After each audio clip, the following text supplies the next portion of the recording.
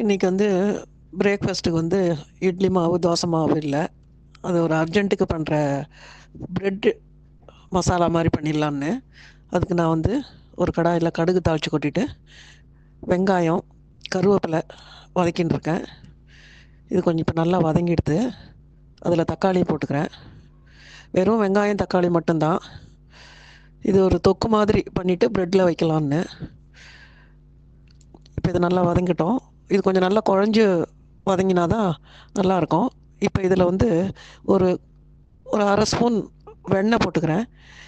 Cheese இருந்ததுன்னா துருவிட்டு இப்போ போட்டு மிக்ஸ் பண்ணிக்கலாம். என்கிட்ட சீஸ் இல்லை.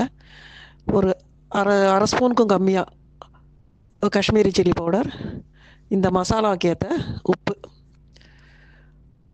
இப்போ அந்த வெண்ணெய் கொஞ்சம் ஊறுகி வரட்டும். எல்லாம் சேர்ந்து கொஞ்சம் அந்த வெண்ணெயோடு சேர்ந்து தொக்கு பதத்துக்கு வரட்டும். அதுக்குள்ளே நம்ம ப்ரெட்டு எடுத்து வச்சுருக்கேன். நான்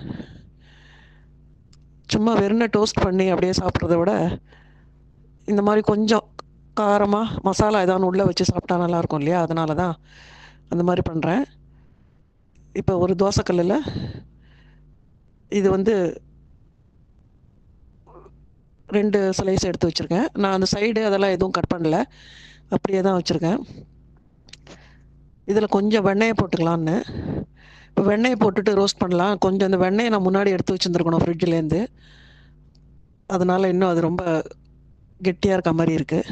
கொஞ்சம் முன்னாடி எடுத்து வச்சுருந்தா இன்னும் கொஞ்சம் நல்லா இருந்திருக்கும்.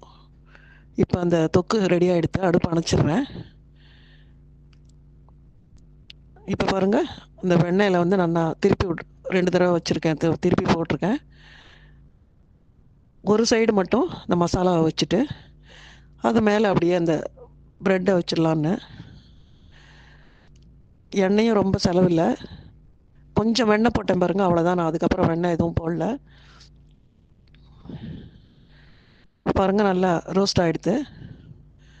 இதை அப்படியே ஸ்லைஸாக 4 கட் பண்ணியும் சாப்பிட்லாம், அப்படியேவும் எடுத்துக்கலாம். பர்கர் மாதிரி இருக்கும் டேஸ்ட்டு.